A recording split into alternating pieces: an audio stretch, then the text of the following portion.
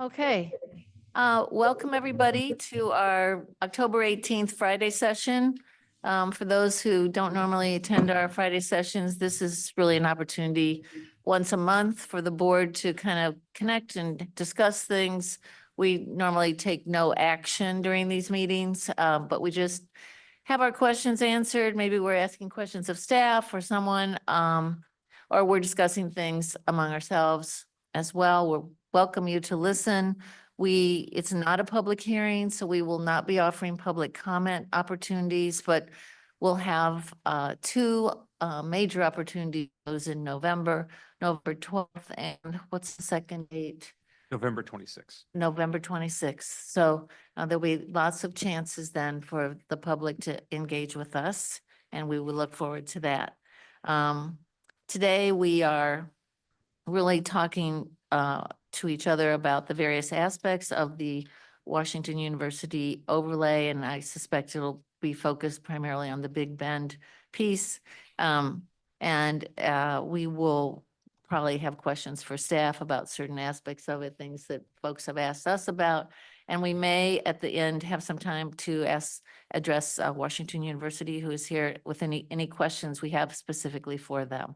So with that, I think, we're going to try to stick to the 5 o'clock deadline so that those who have other things going on can get to that. And so we're going to try to be succinct in our speech and our questions. So with that, what normally happens is we usually kind of go in order of seniority when we give our opinions, or especially when we have questions. So I'm going to just do that, and I'll start over here with our. Aaron, if I could, Yes. don't want to go out of order. Oh, yes, but Anna has some things. Really I quickly, forgot. I just wanted to say, we've had multiple meetings with individual residents, with neighborhoods and others, and received obviously a lot of feedback throughout this process.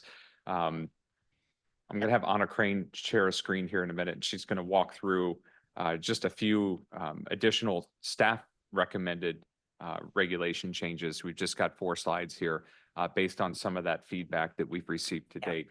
So Anna's going to walk through those, and then we'll open it up for discussion. Sorry, Anna. I knew that and forgot. Yep, no problem.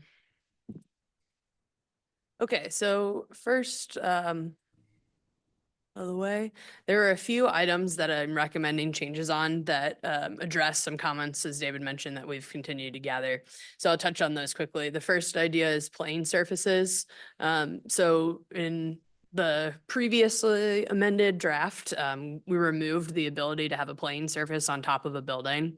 Washington University submitted a letter in response to this, requesting that a field be allowed on a building that is essentially at grade. The field would be a building built into the side of a hill. So what staff's recommending is having a maximum height that the field would be above the surface. So we would use grade here, and at the highest corner, there would be a maximum of 5 feet before that field would be level. So essentially the plane surface would be less than a story above grade from the high side is what we're looking at. So the building would have to be pretty much built into the side of a hill, depending on how that grade works. So that's what we're recommending. And then there's also discussion about playing fields. So this orange line here is 80-foot setback from the northern boundary that we established for playing surfaces. One of the additional requests that came in that same letter from Washington University was to allow playing surfaces to be closer to the northern boundary with Fontbonne because it is more, it would require less regrading to have a playing surface there.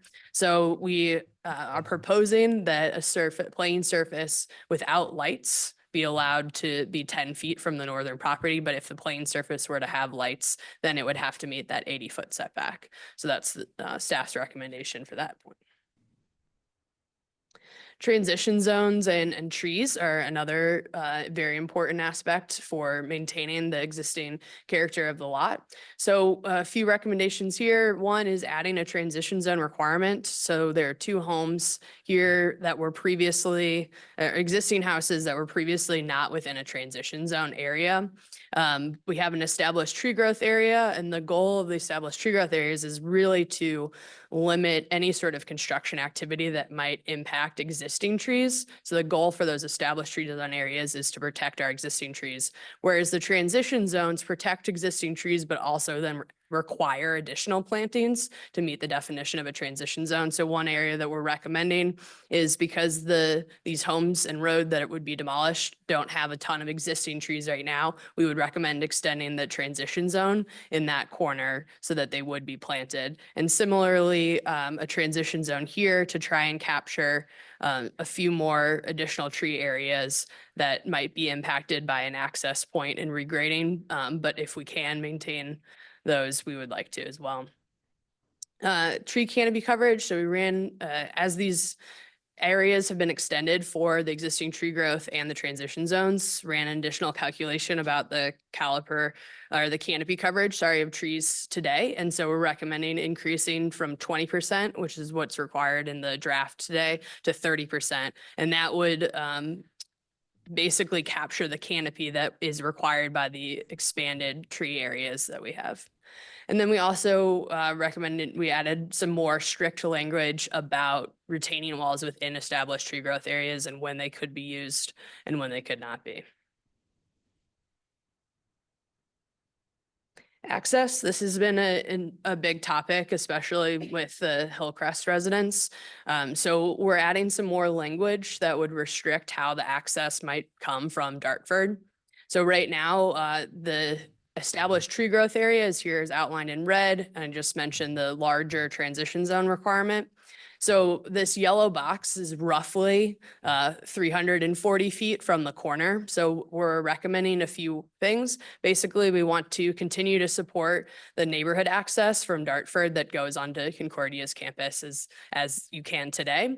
But we want to make sure that that access doesn't become the most convenient route for Washington University students to get from South 40 to this campus. And so what we're proposing is a restriction that would not allow any paths, walking paths or biking paths, to go through the established tree growth area in this corner. They are allowed in other areas, but they would not be allowed here. And then we would also not allow a connection point within 340 feet of this corner. So you can see on the diagram here, essentially what we would be stopping, and we would have to review all this under site plan review, are the two black arrows. So there would not be able to be a walking path from Dartford that comes right into the site to a field or a facility. What they would be allowed to do is continue some sort of bike or walking path that connects to the existing Concordia entrance, and then 340 feet south, which is approximately where this drive is that Concordia is proposing as part of their housing. That's where a connection point then into the site could be. So the idea is that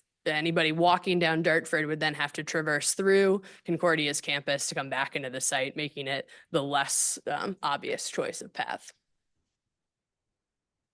And then with parking, with surface lots, we're proposing that we require trees based on the number of parking spaces.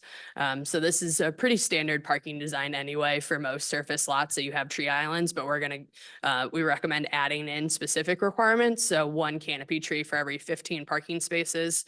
And then we've also heard about solar from some of the residents and wanting to support that. So if they were to establish some canopies for solar arrays that went over surface parking, then we would do that in exchange for the canopy trees within that lot area. And then we also are recommending adding some language to encourage the use of permeable pavers for the parking spaces themselves. And that is the summary. Good.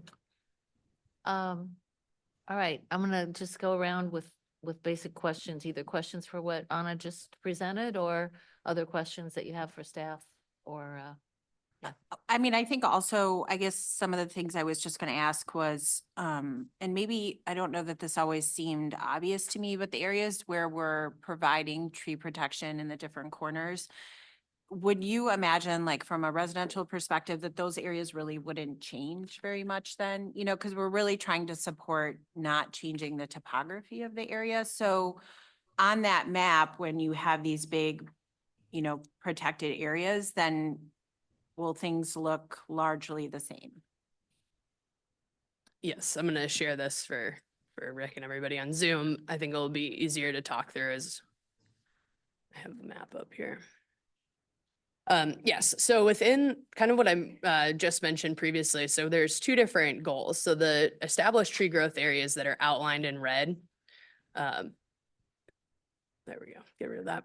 Those are really intended to protect the existing canopy and the trees that are in that area, along with regrading. So essentially within the code, we're saying you can only have regrade if it's supporting an access point that runs through that area, or if you're using retaining walls to keep the grade as it exists today within those established tree growth areas while you're changing grade outside of them. Similarly, within the transition zones, we have a lot of similar language about limiting your regrading, again, with the goal of any regrading happening at the boundaries of these, so that what you see today as far as how the trees are naturally growing and topography and everything else that happens within these protected areas would be maintained. So then a lot of, I mean, because area along Big Bend, just, I guess, east of the sidewalk, I mean, it pitches down pretty significantly and goes, I mean, you know, based on what the existing.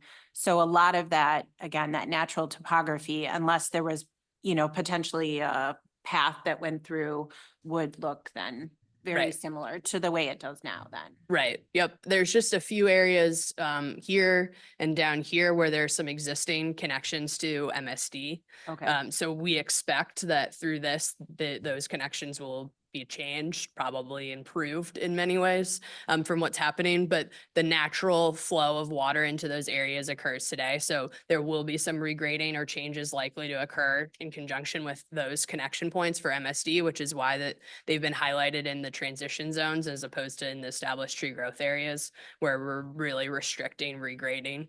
But connection points that would come off for a vehicle access point, this language is what would encourage the design that they have to choose. There's probably going to be some kind of a bridge or something associated with the road there, because they're going to have to show us how they're using a design that minimizes regrading and minimizes any impact to those existing trees in the area. And so with all of these trees that are here today, if we limit how many they can remove, they're going to have to do a more engineered road than you would see on a lot of other sites. And I guess the one other comment, I'm still concerned about how big the retaining walls could potentially be on the site. I understand that there's a step, but I just don't want to see a 2-foot step on top of a 13-foot step. So I'm just concerned because the max retaining wall right now can be 10 or 15. Was it? So it's 15 is what would trigger a step. A So step. you could theoretically have a 14-foot wall and then a step and a 1-foot wall.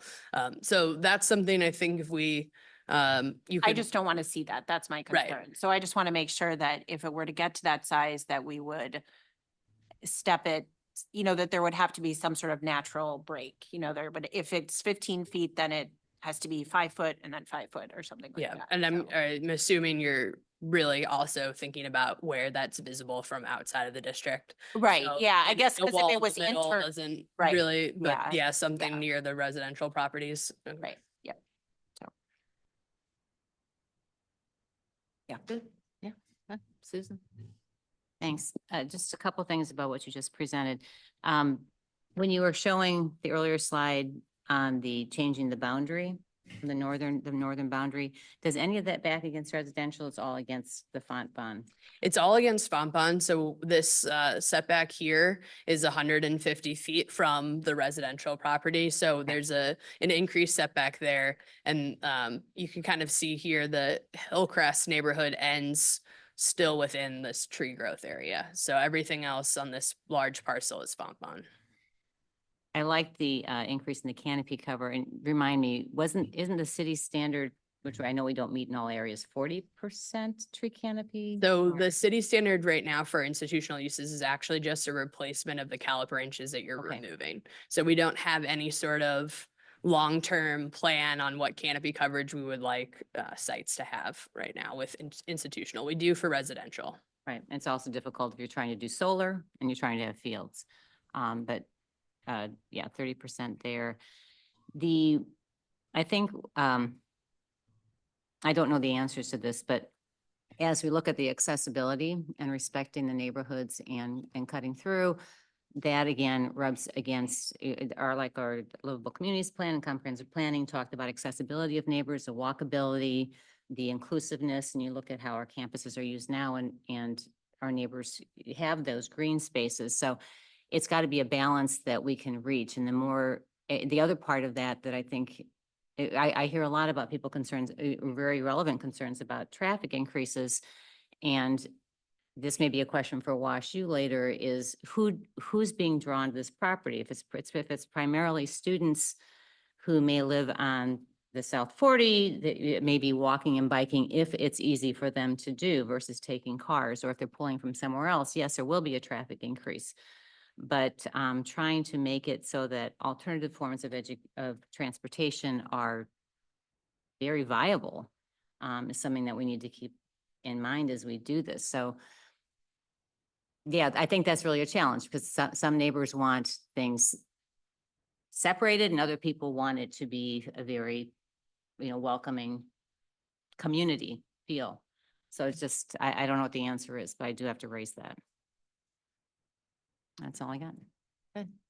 Thanks. Questions, comments? Yeah, I'm just, we've learned so much about zoning in the last 18 months. It's remarkable.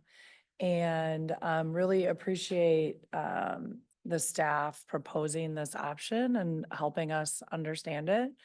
And really great gratitude and appreciation to the residents that have engaged in the process and given us feedback, particularly where we've been able to have specific feedback and like walk the property with people and really like imagine things and think about stuff. And I know that's been really helpful. So I like a number of the proposals that you presented today. The solar panels over surface parking, when I see that other places, and I think that's a great use of that, if we can encourage that. And I'm with Bridget on wanting shorter retaining walls. I mean, like even 8 feet seems kind of high, so I'd love to know what you can do to look at how that part is written. And so one of the things, like, as I've gone through this, thinking about like, how do we consider the ability for this property to be useful to the property owner while also preserving the existing topography and the existing character. And I think I think what you're proposing with the tree protection, existing tree protection and transition zones is a big part of that. I think really working to limit dramatic grading seems like it would help too. So the only other thing I would say at this point, or question or for consideration in the future is what it looks like because university activities are often, I would imagine, somewhat scheduled here. And then what does it look like to build in requirements that the university make use of all of the parking it has on its main campus and shuttle people to the property or something like that? Like what ability do we have to think about what that looks like in order to reduce the like potential individual impact of even like visiting teams and stuff? Like they could park in the main place and have a shuttle. And I mean, WashU has a whole system and stuff. So I'd be interested in thinking about what that looks like to either encourage or require that where we can. And I don't know if that would be something that would be in the overlay that we can put in the overlay so that then when we have specific proposals, if the overlay passes and specific proposals are presented, that we have like the vehicle to review that and consider it. I think that's all for now. Okay, very good. Thanks. Alderman Fader. Since I think we have like 3 weeks before there's a first reading on a bill, I think maybe time to do some more editing if that's necessary. One area in the document, the last version I have, that I still find confusing is in the section on development standards, on coverage and density. There's a section about the number of venues that are available, either indoor or outdoor, and also a discussion about the capacity of these facilities, particularly the indoor facilities. I'm not trying to rework it now, but I thought the language in this document that talks about the seating capacity seemed confusing to me. It seemed to say that the intent was a design of limiting seating capacity to 300 seats per facility. But then the next subparagraph talks about one facility with 500 seats. So I don't know if that's intended to be an exception to the general rule. In any case, I found that confusing. And I know that we all know that Washington University at the last Plan Commission submitted a letter asking for consideration of some further changes to the number of venues. And again, there's been no discussion of that. I don't know if that's intended today, but I think that also does need to be addressed to come to some final conclusion about what do we think are the appropriate number of indoor and outdoor facilities and what the capacity is, because I'm sure that's of great importance to the residents. My final comment was just that, and it may be something we don't want to get into, is I know in our downtown area, we have situations, which is obviously different. We have underlying zoning and we have overlay districts downtown. But we also have the applicability potentially of planned unit development of PUDs, which essentially, in a sense, starts from ground zero and says, under certain circumstances, you can have a planned unit development, and in effect sort of wipes out the underlying zoning and the overlay. I've talked to Anna about this and to David. It is my understanding for a number of reasons that would not seem to be applicable at all in this area because it's residential.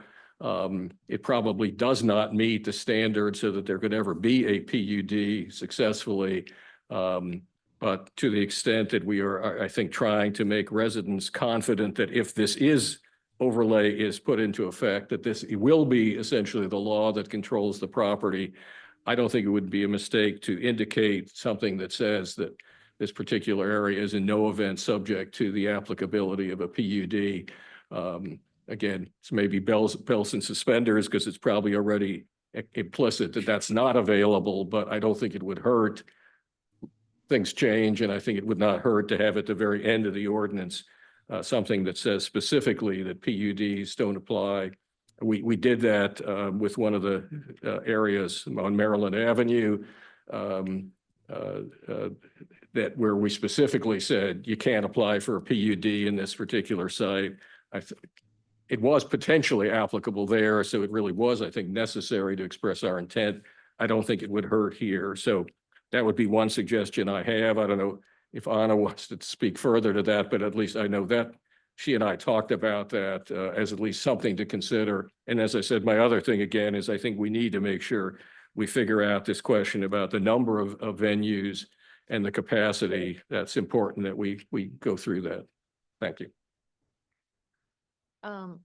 So, yeah, just one sec. So that was really my only question, is about the capacity and sort of the numbers that we're talking about being clearly defined here.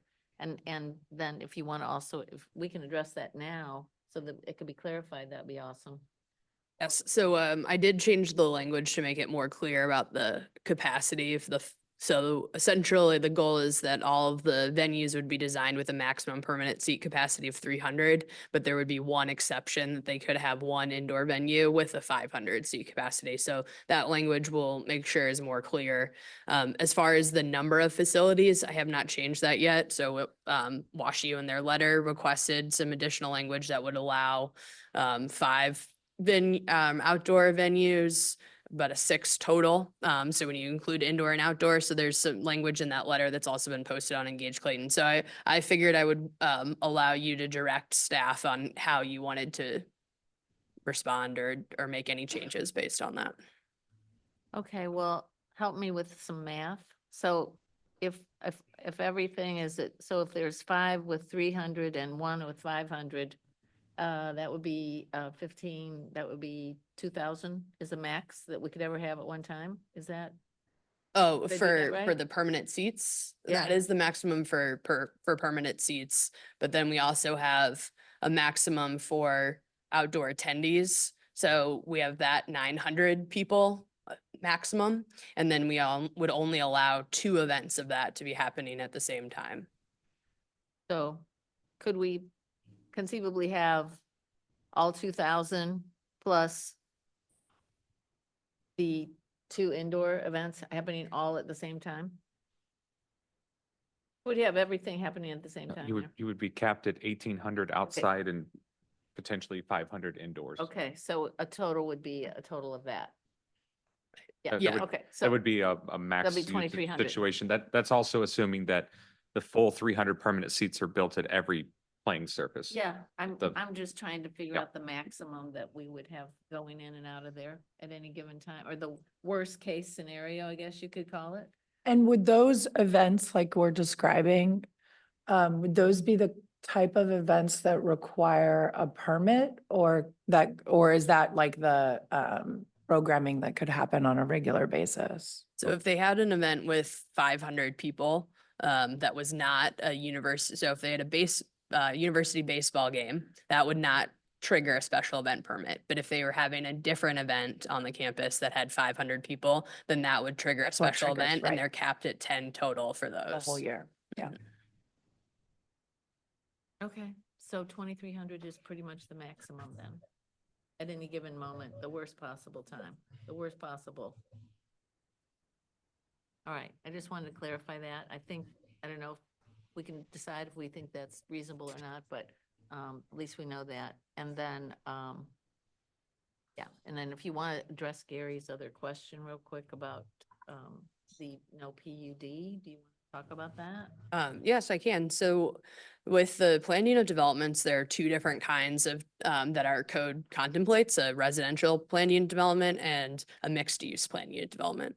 For residential plan unit development, you can only do that when your base zoning is residential. So since the base zoning remains R2 for this property, even with the overlay district, you could only use a residential PUD on the site. They wouldn't be eligible for the mixed use PUD.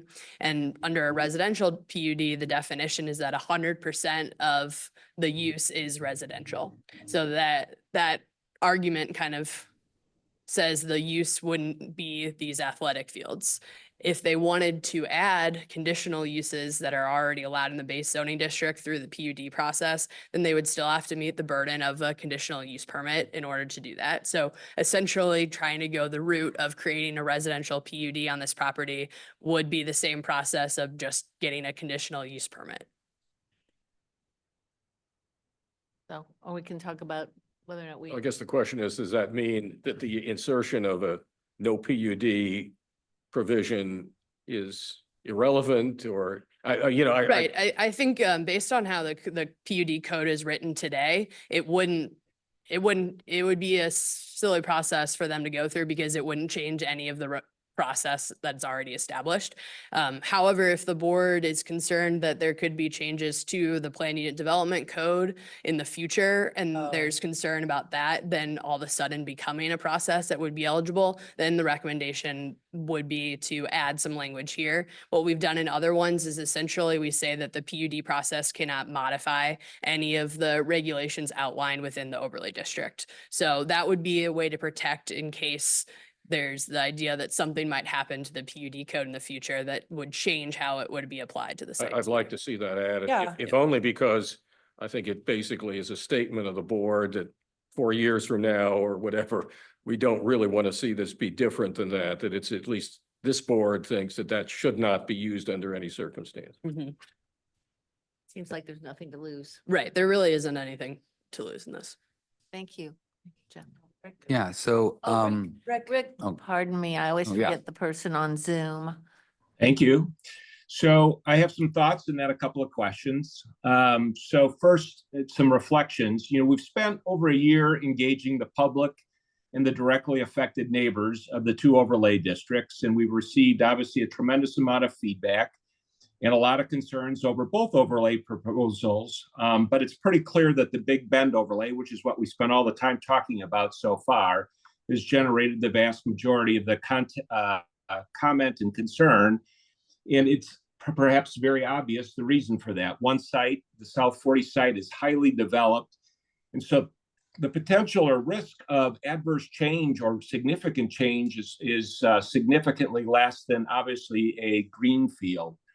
And so when I think of our residents, I think about how they've made significant investments in their homes. They've come to enjoy a particular way of life, and it's certainly feeling threatened by the overlay proposal generally, but more specifically, the awareness that a significant change in use of the subject site is being considered. This whole process also has made me much more aware of the impact our neighbors are experiencing from the amount and speed of traffic on Big Bend, the risk posed to pedestrians, bikers, and especially the sidewalk on the east side of Big Bend. And so as we think about all of these things, all of the feedback we've got, I think that collectively we've all recognized that the future of the Big Bend site, that it's likely to get developed. And so what we can do is try to get ahead of this and develop a strategy that mitigates the potential adverse impacts to our residents. I know we've done a tremendous amount of public engagement. The staff has developed these highly detailed limits and requirements found in the overlay districts. And so we've gone through and identified all of those many, many times. Unfortunately, I don't know that we've been successful allaying our resident concerns. This process that we're proposing is new. The precedent for its effectiveness in Clayton is simply not known, or there's not comfort in that. And unfortunately, we have sketchy details at best regarding the proposed development of the site. So this results in our affected households fearing the unknown, fearing a worst case scenario, given that no details have been provided to counter that concern. So my question then is that obviously what we're trying to do is create a situation that affords our residents the greatest protections from adverse impacts of future development. So David and Anna, if you could, please explain. My assumption is that we're getting much greater protections than our current process would otherwise provide our residents. So summarize for me how our residents are benefiting from this from a process standpoint. So I'm trying to figure out how to summarize this rather quickly because it's a longer explanation, but overall, what we're trying to do here is be more restrictive at the outset of the process.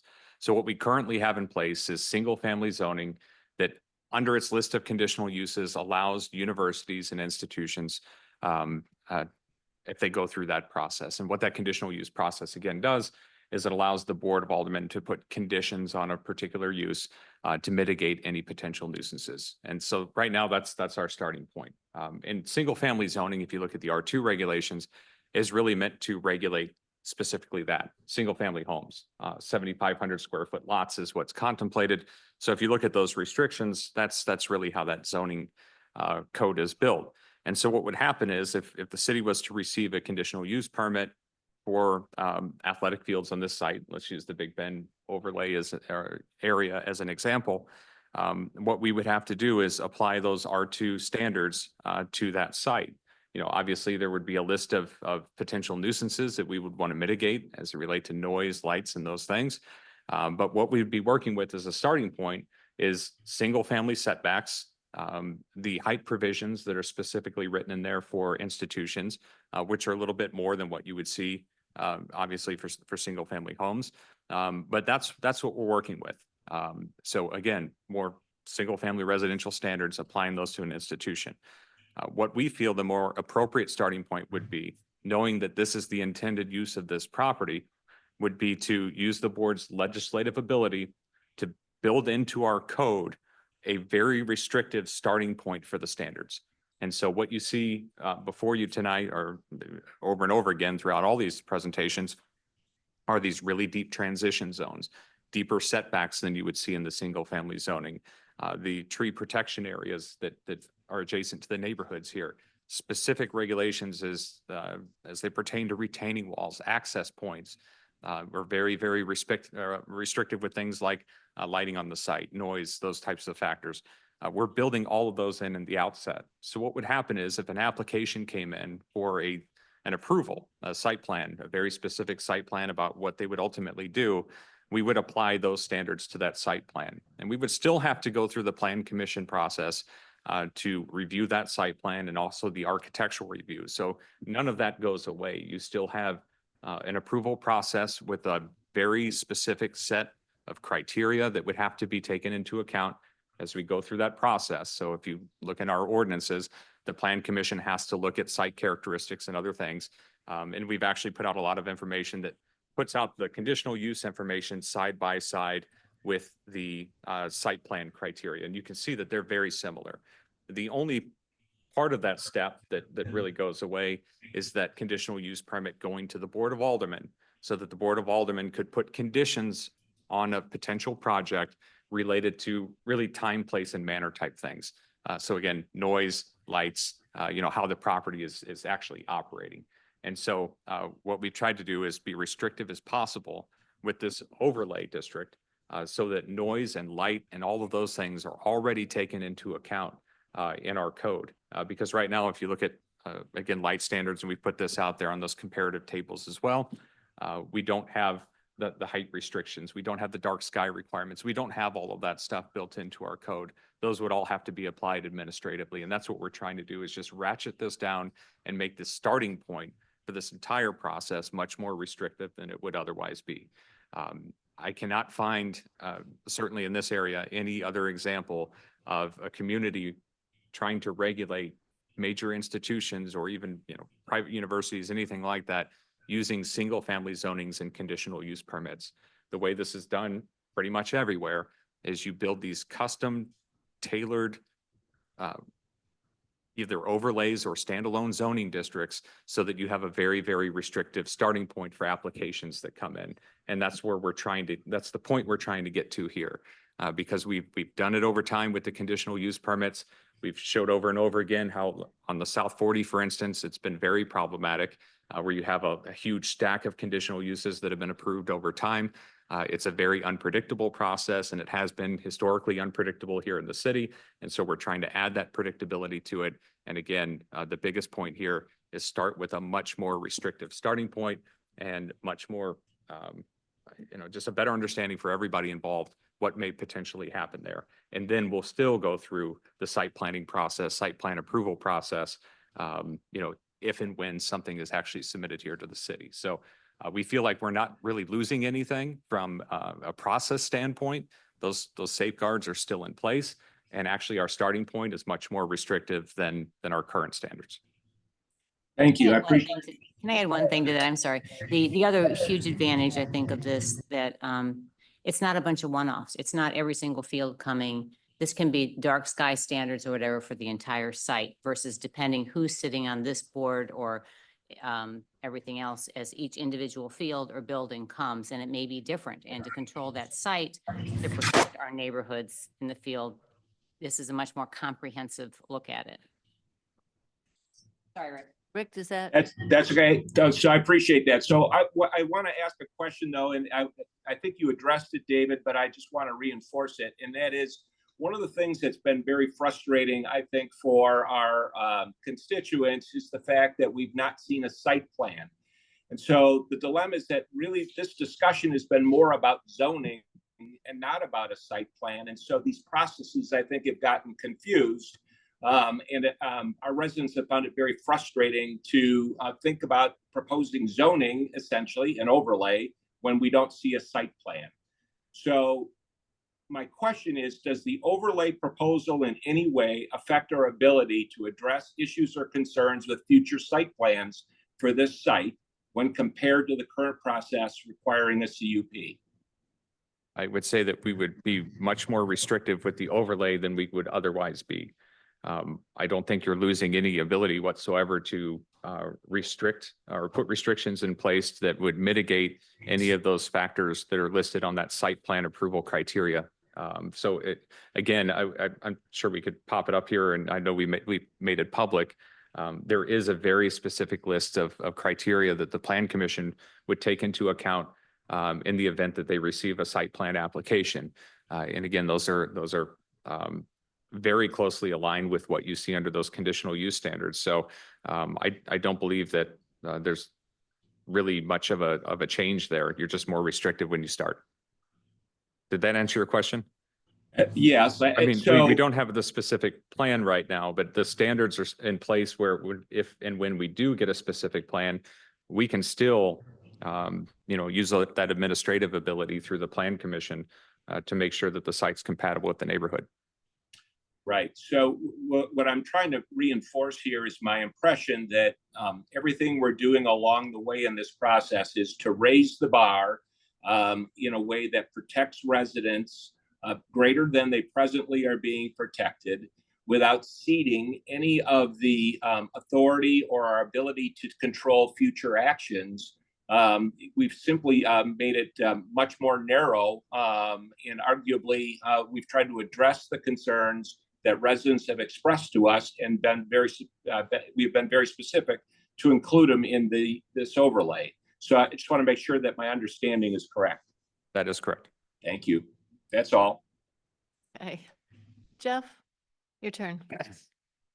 Couple questions in no particular order. Anna, you mentioned earlier on one of the edits that you were going to have a playing field allowed closer to the font bumble without lights. Is there, I assume we have the ability to put some sort of clause like that for any other field on any of the fields that we wanted. So for example, if they're going to build a field next to Tuscany Park, we could have that same restriction on that if we so wanted. Yes, Okay. the ordinance, you can add any of these restrictions. Okay. I'm just thinking about in terms of lights and complaints of lights, and the more that you can move the lights to the interior of the project may help alleviate some of the folks' concerns. So that's kind of what I was thinking about. The two other questions that I think get to the third question, which is, clearly I am not an arborist, so I don't understand kind of how tree works, but I know a lot of folks have expressed concern that, yeah, we say we're going to protect the trees, but there's really no way to protect the trees. So, I mean, so that's one. I think the second issue is obviously we also say that like MSD is going to stop the runoff and we're going to require them to not have runoff, but I know a lot of neighbors have concerns about the runoff. How can we enforce some of the stuff we're putting in? And I guess, what's the worst case scenario? Like, are we talking like $100 fine, $200 fine if they violate? Like, what's the real stick to make sure that WashU actually follows all the stuff we're laying out to protect the folks? And that's for either of you. It's Yeah, just kind of general question. first of all, they would need to demonstrate compliance with all of these regulations at the time of site plan approval. So Okay. if this was to come to the Plan Commission, we received a site plan for it. It wouldn't just be the site layout itself, but there would be pages and pages of, they'd be required to submit an acoustical study, a lighting study. There are all the stormwater requirements that they would have to demonstrate compliance with. There would have to be a tree protection plan that shows those tree protection areas and make sure that, those are all, that all the siting is appropriately placed there. So we would make sure through the site plan approval process that all of those things are being addressed. We also have the ability, again, under site plan approval to apply the criteria for site plan approval to those plans at that time. So we would, make sure that if we needed to make a particular adjustment and it fell under that criteria list, we could try to do that at that particular point in time. All that to say, we have a lot of authority during site plan approval, and really it's our task at that point to make sure that the plans are compliant with the standards. Now, if you're asking about after it's built, if we continue to have issues, what's the remedy there? So the first part was helpful. I think the second part is if WashU goes ahead and it's done, how do we enforce the people limits or dark sky or any of that? And then what's the ramifications if they don't? Yeah, so certainly occupancy permit is something we have control over. So when these things are are built out, then again, they'll have to meet the MSD requirements. We're going to require as-built in certain cases to make sure that things were built according to plan out there on the site. It's obviously something we're going to go through with our inspection process. So before we would issue any sort of occupancy permit for it, we would make sure that what's actually built complies with the site plan that was approved by the Plan Commission. And of course, that site plan approved by the Plan Commission should meet all of the standards of the ordinance. So we have that check right there. If we're to find down the road that there's some sort of violation, once the property is occupied, then at that particular point in time, it becomes municipal code violations because all of these things are built into our actual ordinance. And that would be a couple $100 That- for that would- violation. That's give or how the take a little? fine structure is set up. Now, if they Okay. did that multiple times, you could always, go the route of trying to fine them every day for violations and things of that nature. But yeah, I mean, those are, not just with this property, but any property in town, once it's built and operating, if you have a particular issue, then you're going to go through that process. Gotcha. Okay. Yeah, and potentially an injunction if we had a repetitive problem. problem that went unmitigated. Okay. I think that's what I had now. I may have more later as we start talking the next couple weeks in terms of some of the lighting stuff, but I'm good for right now. Leave you enough time to ask your question. Yeah. Mayor. I think I don't really have too many questions now. They've all been asked very ably. One question I do have, and this is just coming from a walkthrough that we did yesterday. I think they're different neighborhoods, different streets, different homeowners have different desires about what's next to them. And an example is yesterday, the field house was more desirable than a playing field perhaps, or a playing field without lights is more desirable than a playing field with lights or whatever. So I guess my question going forward is, how do we wrestle with that? Are we going to actually try to incorporate some of those ideas into the overlay? Is that something you would all suggest, or would we handle that at site plan reviews at times, or what? I think what Anna went through tonight, those our recommended change Mhm. really Covers it? does that, especially on the north property line. I don't know how specific we would get with the locations of specific fields and what those might be. Baseball has to be within X number of feet of this. I don't think we'll get to that level of detail. But the standard that we talked about this evening, which is the reduced setback along Fontbonne, if they were to realize or to utilize that, it would require a building in that location or an unlit field. I mean, what that's doing is trying to direct That's kind of- those uses to the perimeter, and that in turn puts the lit fields towards the interior of the site. So I feel like that particular change addresses a lot of the concerns you heard yesterday. Can I- Any other questions? Well, I was just gonna say, because I know there's at least a few folks here from Tuscany Park, and I don't know how many people are online, but there's been significant dialogue between the Hillcrest residents on Dartford and Arundel to include members of the board and staff walking the property with them to talk about and kind of validate what's being proposed and clarify some understanding and stuff. And so I know I'm really open and interested in doing that along Tuscany Park too. So y'all know how to get a hold of us. I think And all we'll of our reach board out. members have been extremely interested and generous with their time in terms of individual meetings, and staff has too. And we've walked properties, we've met with people. We're still open to doing that. We won't discuss this again until November 12th. And so there's lots of time for further input if it's needed. And we have 3 minutes left. And so I'm just gonna say at this time, I know we have some WashU folks here. One question I have for you, and I see that you've given us some ideas, some more specific ideas about what you might want to put where in different scenarios. We've made those public, or we will. They're online. Okay, good. So public can look at that. Or do you have any preferences at this point? Can you give us any other information about how many, how you're going to use this property and what the intent is? Is it just intramural sports, or are there other things? I mean, the more we can know about this, the less ambiguity there is, the more, the more we can kind of count on the future. Any comments or anything you'd like to add to what you sent us to answer those questions?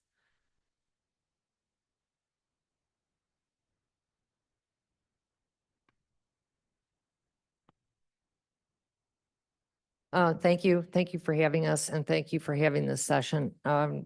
The engagement with residents, with us has been a really powerful, and I think will ultimately end up in a good result.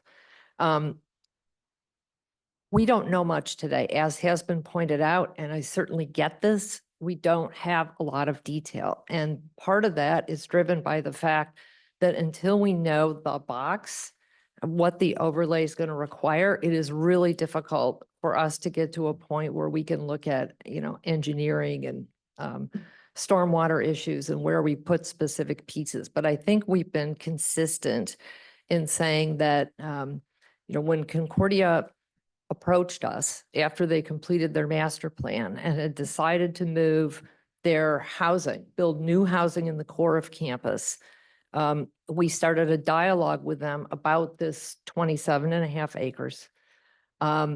We went immediately to an opportunity for athletic facilities. And we specifically referenced moving the softball and baseball field off of the South 40 and then to decant the old CBC site where we have about 35,000 square feet of indoor uses. And then we have that turf field. We've talked a lot about that site. Until we have an option to relocate those uses, we can't really engage in any conversation about future options.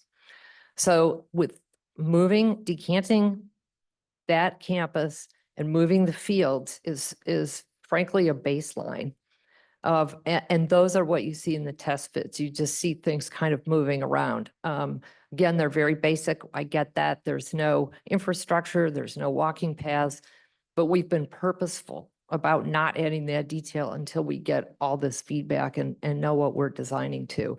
And I think just for a little bit more technical side on what we can put there and what we're thinking about, I'd ask Tom Kirk from Bolin Swinski Jackson. He is our lead architect, and he's been, he actually generated those test fits, and I think can answer maybe this one, but also if you've got some more technical questions about the 4 points we raised or anything along those lines. Great. Let me just go around. I know it's 5, but does anybody have any questions for these guys right now? Hey, Mary, can I just ask you a couple questions? Would you imagine, because I understand you're wanting to move the softball and baseball fields off the South 40. And then you've got obviously the CBC site, so moving that intramural, which that field is always used just for intramurals. You don't ever have a varsity soccer game like. We do some varsity activities on that site. Joanna, we don't do, okay, I think you're right then. I think So just the if- fields, so- intramural and club. And then you're adding tennis courts, which tennis courts you already have tennis courts on like the campus, like the Danforth campus. Yes, and we've got the tennis courts there, and of course Concordia has courts there also, which are not currently in use. But one of the outcomes of working together is that we've been able to do some efficiency with shared facilities. Okay, so which- the idea would be to share the tennis courts with Concordia then? The idea would be to give them access to Got it, okay. to the athletic facilities at that site. And then, which addresses both our campuses' growth needs for a very long time without having to step outside our existing footprints. So you're not necessarily replacing CBC facilities and the softball and baseball fields. You're also kind of like buttressing or like, because you're going to share the facilities with Concordia, you're kind of replacing what Concordia is losing when they, I guess, move all their housing. So, I mean, because they have a soccer field, so it's kind of replacing what they already have so that they Absolutely. can still access it. And then in terms of increasing I mean, you don't know of any reason that you're increasing your athletic needs, I guess, your varsity athletic needs or your intramural athletic needs? No, for right now, the existing program is all we're talking about. We're not Okay. talking about an expansion of programs. Okay, and then my last question is just, a lot of residents are concerned because, you have purchased Fontbonne. So, that's really on everybody's mind. So in terms of, Fontbonne is a flatter space. Mm. I don't really want to see all those beautiful buildings come down, but can you speak to at all about just if there are any plans for the site or anything WashU's talked about, if they plan to use those buildings, for offices, or can you speak to that at all? Because that's certainly on everyone's mind as well. Yes, and clearly when we started talking to Concordia, Fontbonne was nowhere in our conversation other than as a neighbor. So, this past spring, they ran into trouble really quickly, unfortunately. So now we own the site and we've leased it back under a master lease to Fontbonne. So they have exclusive use of their campus at least until the end of calendar year 2025. Right, which is And not far off, it- though. No, but just, yeah, we're right, not yeah. accessing it, just, we want to be very respectful of their goal to have as quote unquote normal of a year as possible for their students, faculty and staff. So when we acquired the site, we took it, we had this existing CUPs for Fontbonne transferred to us. So when they vacate the site, say at the end of 2025, the first thing we'll do is study what we can do under the existing CUPs and how that matches up with our uses on campus. If we get to a point in larger campus planning where we start to contemplate uses which are not permitted under the existing CUPs, then we would come back and we'd engage in a process much like this. We'd talk to the community, we'd talk to the city, and we'd likely have to go through some major process. But would you imagine using some of the parking facilities? Would you consider that as you're developing this site? I mean, there's a lot of parking on Fontbonne right now. So again, I don't know if that's permitted. However, we are required under the overlay when we do submit a site plan, we have to actually get an independent parking assessment. Now, and whether they permit sort of, cross collateralization, if you will, Right. it would be great, but I don't know. Okay, and I guess that will come. Okay, thank you. Yes, and I'll try to be fairly brief. And the use of the other properties is very much on people's mind. And the fact that we don't hear anything about that and how it's going to work with this as we talk about doing this comprehensively and prospectively, that is a big issue. So the more information you all can share on that, as you know, I think that's really helpful and also builds trust with everybody. Bridget just mentioned the parking, and I'll kind of go back to a real question I have as we look at traffic is a huge issue. Big Bend's a problem as it is today. And I mentioned this earlier. I wonder where you think most of the students or the people using the property will be coming from, and will you providing the shuttle services, a safe and along with our livable communities plans, the safe sidewalks, the bike paths, the connectivity, perhaps some type of transportation from the MetroLink stops or whatever to reduce that traffic, both on Big Bend and the access points, as well as parking and on the site, and then the noise and everything else that comes with that. So we know Big Bend is an issue. We heard that over and over Over and again, over. just Yeah. like you have from residents. It's clearly an issue. Our goal, I think we'd have to have a multi-pronged approach. The first would be, yes, they're going to be students, whether they're intramural, club, or varsity, and whoever comes along, coaches, family members to watch, whoever. But the predominant audience for the site would be students. First of all, we want to encourage a pedestrian and bike path of travel that is not through the neighborhoods. So it would be our plan to do an up-to-date, attractive bike ped path along Big Bend. That sidewalk that's there right now is inadequate and not good. Dangerous. Yeah. So that's, and we would connect that all the way up to Wydown. So the South 40 traffic would be, bike and ped would be encouraged on that path.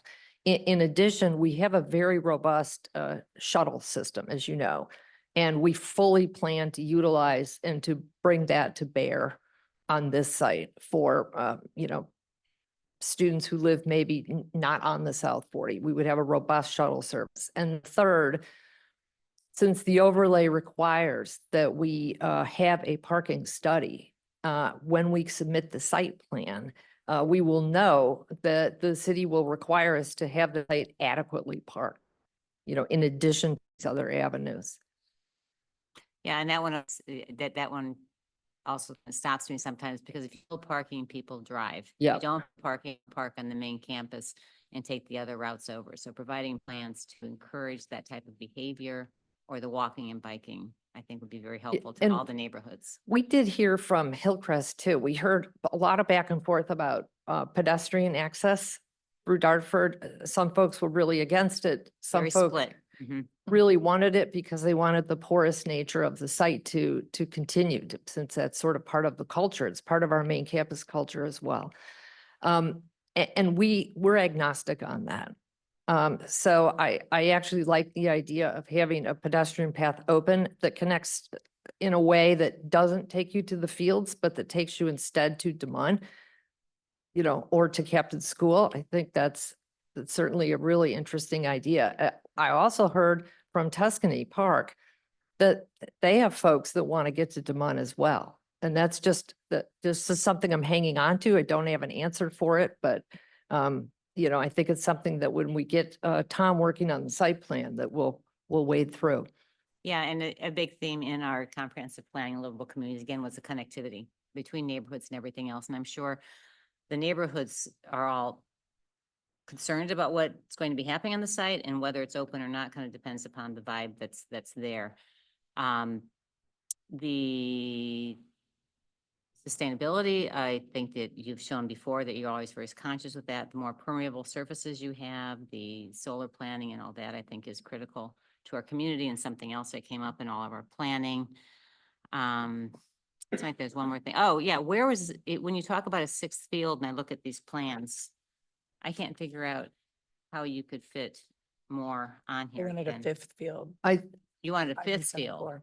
I think what we talked about is having 6 elements in total on the site. Okay, yeah. and that would be the building as Yeah. well. A mix of buildings and fields, but there would not be Right. more than 6 things on the site. All right. Okay, thank you. Moving on. Any Yeah, other? my only thing is a comment, you can sit because I don't need you to answer now. But you have started to be more forthcoming with information, which is much appreciated. And still, I think the greatest understanding that many of us have of what type of activity is likely to take place here, based on the activity that takes place on the locations that we know you want to consolidate to today.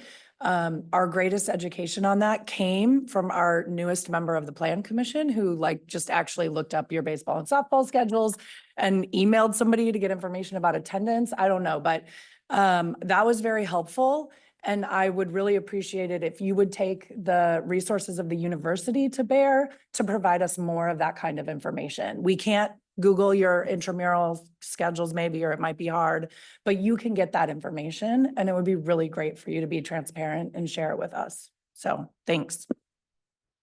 Good question. Anything else? All right. Well, we thank you guys for being here. Oh, Yeah. I'm sorry. I just want to ask maybe if Mary could address this. Anna talked about the size of the facilities and the number of facilities. And in your letter, you suggested language that is different than was in the prior ordinance in terms of number of playing fields and the size, but you haven't offered any rationale for it. So to the extent Anna has said, I'm looking for direction from the board, I don't know at this point if this is a matter of semantics, how this is worded, or if there's still a substantive difference between what the staff thinks is appropriate in terms of number of venues or the size. And if there still is some disagreement, then I don't know from Washington U's perspective why you think you need more other than, I guess in theory, more is always better, but maybe not. So. Okay. Yeah, good afternoon. As Mary said, I'm Tom Kirk at Bowen Swinsky Jackson Architects. So great question. This kind of goes back to something the mayor asked, which is really the $64,000 question, which is which one of these test fits are you going to do? You know, we showed a variety, we could show more. The point of doing these test fits, and I'm going to get back to your question about capacities and sizes, was to really show it's not which one does WashU want to do, it's just they want to maintain some future flexibility to plan this site, right? So, you know, whether it's softballs to the left or to the right, they just want to be able to decide that. You got to, especially when you consider this is not going to be built all at once, right? So just thinking ahead, want to maintain some flexibility for what goes where. Now, again, all within the confines of this overlay district, meaning, you know, you got to meet all the light and noise requirements. You have to meet the setbacks, et cetera, et cetera. So I think just wanted to bring some context to your question, Mayor, about sort of which one of these do you want? It's more about, we want to show that there are a variety of options and we want to have the future flexibility to kind of pursue those. Again, staying within the overlay district. I mean, it's kind of like if you were going to build your house and you picked up the zoning and opened it and said, okay, I'm going to meet these setbacks. It's going to be so high. I'm going to meet the noise and light. And then you turn the page and it says, and the kitchen needs to be in the basement. So we just want to maintain sort of the opportunity to say, well, the kitchen should be on the second floor or the first floor, you know, within this compliant house. Want to be able to make some choices about what goes where. Of the hundreds of lines that are in that 12-page zoning overlay, WashU had 4 comments, and this goes to where you're headed with the capacity thing. One of them was about the capacity and one was about the quantity of fields. The other 2, one was about the fields over structure, which Anna spoke to. The other one, you know, we also about this setback up at Fontbonne also spoke to. So that's something we can now have some dialogue about. That's great. The remaining 2, one of them was about the capacity issue in terms of seating. And the other one was about quantity of fields. And we just spoke about the quantity. What WashU is looking to do is you think of this as just a parking lot. They want to be able to park 6 vehicles. They want to either have 2 that are trucks and 4 that are sedans, or 1 truck and 5 sedans. So my more specific question is, for example, the ordinance that was reviewed prior to Plan Commission said basically one indoor venue with a maximum of 500 seats, and the response was, we want 2 with 500 seats. Right. So what I'm looking for is, I understand you'd rather have 2 than 1, of course, but is there something from your past experience as a university that would suggest that it would be unreasonable for us to say just 1, whereas having 2 would be reasonable? What's the rationale as opposed to just saying change it? I'm not sure I Right, understand so- that. Sure. And that's why I wanted to bring up start with the 6 vehicles. So there may only be 1 building, the 1 SUV and the 5 sedans, that has 500 seats. But if WashU were to have 2 buildings and 4 fields, again, maximum of 6 things, it goes back to flexibility. If you have all these sports, you know, if you have kids who swim, and the reason they swim at 5:30 in the morning is there's so much pressure on a pool outside of school hours to schedule all that swimming. Same thing is true at the university level with athletics. You gotta remember, there's like 30 teams, these club teams, you know, volleyball, badminton. There's pressure on these facilities. So if there's 2 facilities, they would just like to have the ability to not say we can only use this one facility that has 500 seats, because what if someone's, you know, that facility is being used by volleyball. It'd be great if we can move this other venue over there and still have the seats. It's just about future planning and flexibility. Again, it's not to increase the size of the population on site. We already talked about that. It actually wouldn't. So it's just to have that ability to have that future flexibility, to have the venues each have the opportunity to have seating. Okay, thank you. Any other questions for WashU? Okay. All right. Again, thank you very much for being here to answer questions. I know our staff will be connecting with you on some of these changes that were talked about today. And we will look forward to seeing everyone else who was attending to hear about this probably on November 12th. So with that, we can adjourn. Want to have a motion to adjourn? Motion to adjourn. Second. All those in favor? Hi. Aye. All right. Okay, we are adjourned.